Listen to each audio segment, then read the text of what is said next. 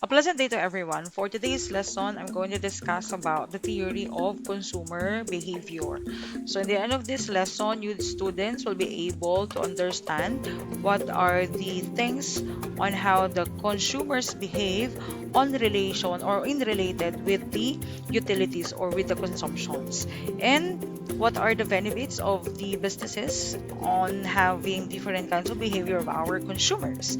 And also, you can analyze the utility functions. Now, based on definition, it says here that it describes how consumers make decision on what to buy. So, meaning consumptions refers to the use of goods and also services to satisfy the human's wants or needs directly.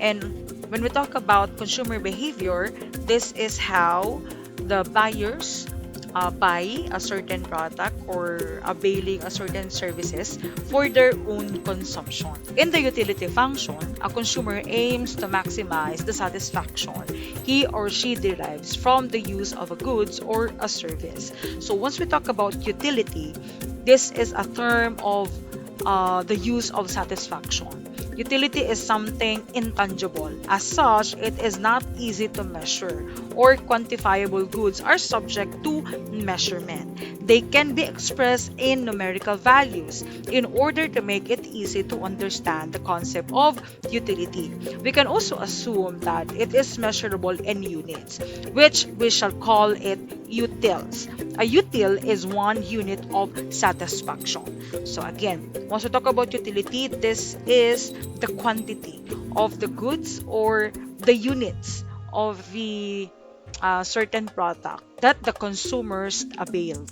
The utility function shows the relationship between utility and consumption. In equation form, it is U is equal to F open and close parenthesis C, or the consumption, which simply stated is utility is a function of consumption. Also, to be more specific, utility for consumption of goods, it's either X and Y, can be expressed as U is equal to F open and close parenthesis, we have the X and Y.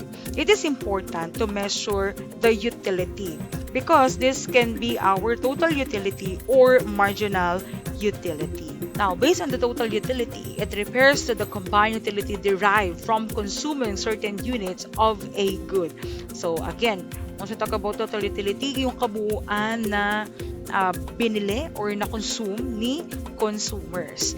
And once we talk about marginal utility, it refers to the additional utility derived from the consuming an additional unit of the good. When we talk about marginal, ito po yung kadagdagang consumption ni consumer, maybe because si consumer are not yet satisfied with the product. So that's why nagkakaroon siya ng additional consumption. Now, based on our example, let's use the consumption or the utility schedule of a consumer that we will call Marvin. So si Marvin, this is just an hypothetical utility schedule about the chocolate candy. In this table, we have the quantity of the consumption, the total utility, and also the marginal utility. Let us study about this schedule. When Marvin eats the first bar, he gets of a utility of 8. So the second bar gives him a utility of only 7.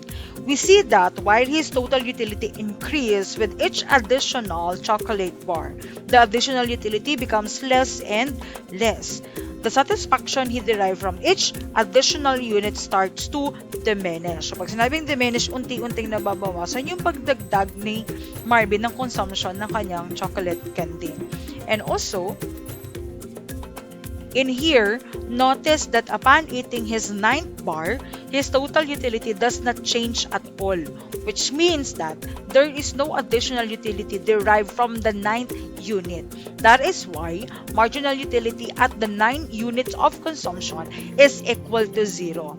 Look at what happened as he consumed the 10th bar. In our 10th bar, instead of increasing, the total utility declines and marginal utility is even negative.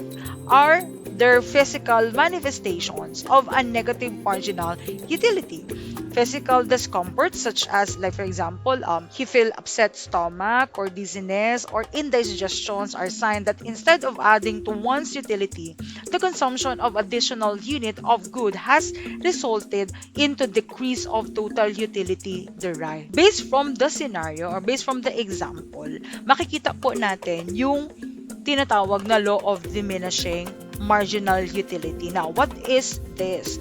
This is a certain point that the individual diminish or nababawasan po yung intention niya na magdagdag ulit ng consumption.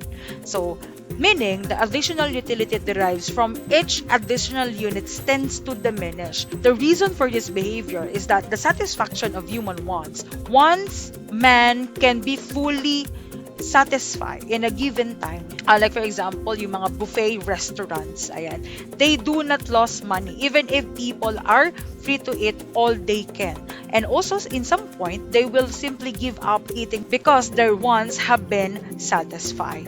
And the significance of the consumption behavior in the businesses is that first, the consumer is the person who buy the product of businesses that are offered to sell. It is therefore imperative that we get to please our consumer. So he or she will buy from us instead of from our competitors. And also that once he buys from us, he will be loyal to us and not buy from other sellers at the same product.